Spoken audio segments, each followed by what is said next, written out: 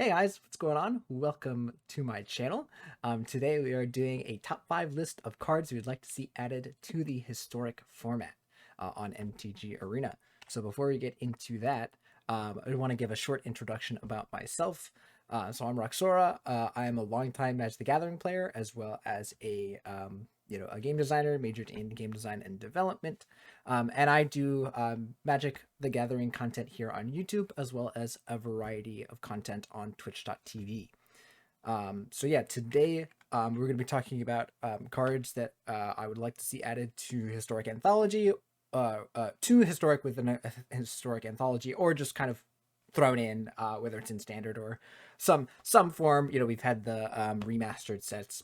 Doesn't really matter how. That's not really what we're talking about today. Just talking about cool cards we'd like to see. So first, why are we adding cards? Well, first of all, it's been a while since we've had a proper Historic Anthology, which used to be the main way that they added cards into Historic. But also, we just in general haven't had a lot of new stuff. The last thing we had was Historic Horizons, which was kind of like a huge historic anthology, which was really cool. But since then, we've really only had some standard sets, which have been cool, but really haven't made the proper impact on historic that we'd like to see. And so I think just adding cards to historic more often than not is good because it keeps things fresh. And I think specifically for historic that's good, but also just for Magic and Magic Arena specifically is good because it's a digital format or digital platform, and so you want to give your users a lot of stuff to just constantly get. So like when they added the pre-orders in Historic Anthology, even though they really didn't do much, it was still really exciting, got people to want to fiddle around with the cards, and I think that's really good for the game and also just Historic in general. So some things to note. So while Historic does have digital only cards, that's not what we're talking about today. We're not talking about like new cards that, with the digital mechanics or whatever that we'd like to see. We're just talking about cards that already exist from Magic's past, and we're just, throwing them theoretically into Historic. So also these are just my opinions, guys. If there's a card on here that you think is dumb, you know, just be nice about it. And same thing for if there's a card that's not on this list, feel free to let me know in the comments. I love talking about these kinds of things. But yeah, just keep in mind, it's just my list. So another thing to keep in mind, I know there are going to be some cards in here that people are like, what? He wants to add that card? This is crazy. There might be some cards in here that seem really strong. This is a wish list. I'm not saying Wizards is going to do this. I'm not even saying Wizards wants to do this. I just think that there are some cards in here that they could add, and I think they could add because Historic has a different power level than Standard, than Modern, and even Pioneer. There's some cards in Pioneer that aren't legal. So for example, Dragon Rage Channeler, right? Not legal in Pioneer, but legal in Historic. So I think I'm not saying Historic is more powerful than Pioneer, but I think there are some differences in the format, and so I think there are some cards, regardless of their power level, that could be added into the format. All right, so first, honorable mention for our good friend of the channel, Professor Amateur. Really loves this card, Voice of Resurgence, which is green-white for 2/2 elemental. Whenever an opponent casts a spell during your turn or whenever it dies, you get a green-white elemental creature token with power and toughness equal to the number of creatures you control. It's a constant effect, so constantly updates its power and toughness. And yeah, unfortunately, the reason why it's an honorable mention is probably not going to do much. This card is fairly linear. It is very specific. It's looking for a specific kind of deck. It's looking for that kind of taxes. Where it's trying to hose itself against control decks or decks that want to cast spells during your turn, or it just wants to make one gigantic creature token. And so to do that, you really need to be going wide or need to be able to really populate or make lots of creature tokens. So I think the card is perfectly safe to put into Historic. I don't think it's going to do anything busted. But yeah, unfortunately, I'm not really super high on this card, unfortunately. But if they do decide to throw a good old friend, Professor Amateur Bone here, that would be perfectly fine with me. All right, next up, or first at number 5 is Lingering Souls. I think this one is pretty obvious. I think Lingering Souls is a card that people love to play with. Like it is just a card that people know, can recognize, and have fun with. It's perfectly balanced. It doesn't do things that's broken. Um, you know, um, and I think it could be powerful. I actually think it might not be powerful enough. Actually, that's why it's number 5 on my list. Um, like I'm not even sure what deck this goes into. There could be some Abzan mid-range decks. There could be sideboards and Orzhov control decks, or or like Esper control decks, say like something like that. There's also a Spirits deck, but I'm not even sure that this makes the list. They tend to be banned. They tend to not use the flashback cost. I really don't know. But I definitely think that this card should be in Historic. I don't see any reason why it shouldn't. I was kind of expecting this card to be in either of the Innistrad sets, and it wasn't? Question mark? So, yeah. Anyways, I don't really have much more to say about this, but I think most people can agree that this card probably should be in Historic. All right, next up, I think this one's pretty spicy. This is one of the reasons why I actually made this list. This like came up in one of my thoughts, and I'm pretty hyped about it. It's Frourexy Metamorph, which is 3 and blue Phyrexian, for a artifact creature shapeshifter, and it enters the battlefield as a copy of any creature or artifact, except it is also an artifact if you copy a creature. And so I think this card is cool for a lot of reasons. First of all, we've already seen that Phyrexian mana is kind of balanced. Like we have like Vault Scourge. We have some Phyrexian mana cards in the format, I believe. And they haven't really done anything busted, obviously. But the other thing is, being able to copy artifacts is cool. There are some artifact decks in the format. We have the Karnstruct tokens. We have various we have the Nettle Cyst, right? So like there are definitely things that this card could do that could be like cool.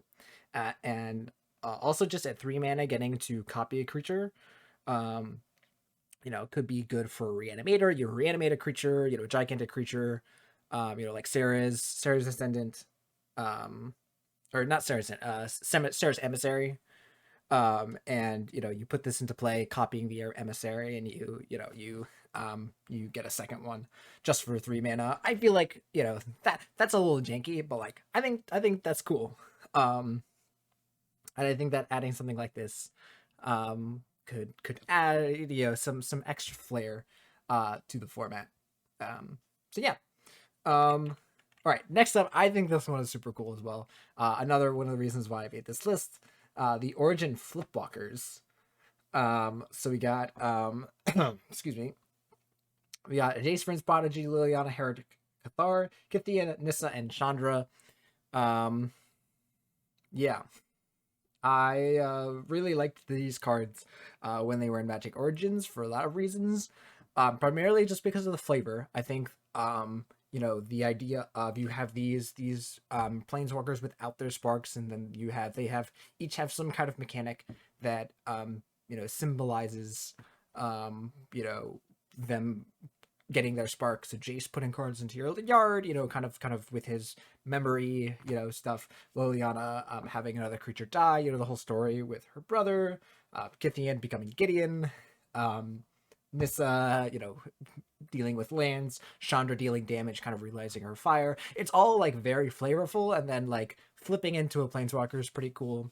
Also just like being creatures, but they turn into planeswalkers is cool. Having reanimation effects or cards that rebuy creatures from your graveyard, that work well with these cards. So like gameplay wise, there's also just a bunch of things that you can do with them.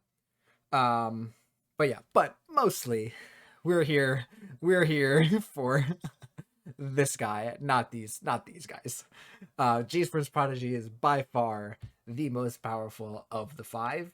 And I think this would actually probably just replace Search for Azcanta. That might be a hot take, but like, that just the loot effect on Jace and then turning into, Planeswalker that can rebuy spells from your graveyard, be defensive, or just be a win condition. Super, super cool. I think Liliana might also be good with Jund Sacrifice. Just, triggering that ability, getting a token, and then flipping her and getting some, discard or getting some rebuys and stuff like that. Kithian could also just be good at white aggro decks. Nissa we've seen just, be a good card in green decks. ATBs gets you a land, and then if she ever flips, is just this card advantage engine. That's been pretty good. Chandra, unfortunately, is the worst one, in my opinion, even though she's my favorite. Like, I love the card. There are some things that, I'm thinking of, I'm kind of, brewing or whatever. She works well with Torbran. You can play her, then on next turn, you can tap her, cast Torbran, and then flip her immediately. So, like, there are things that you can do, with her in the format, but, like, I don't really want to get into that. Again, it's just pretty bad. But I do think just adding these would be really good, just for cool people to play with. You could do cool things with these guys in Historic Brawl. That would be kind of cool. So yeah, I think these are some fun things to add. All right, here's gonna be the one that I think is gonna get me like in trouble here. I think number 2 is Blood Moon. And let me tell you why. So number 1, red decks are bad. Like, the mono red decks in the format are bad. And I think that giving them this card is good for a lot of reasons.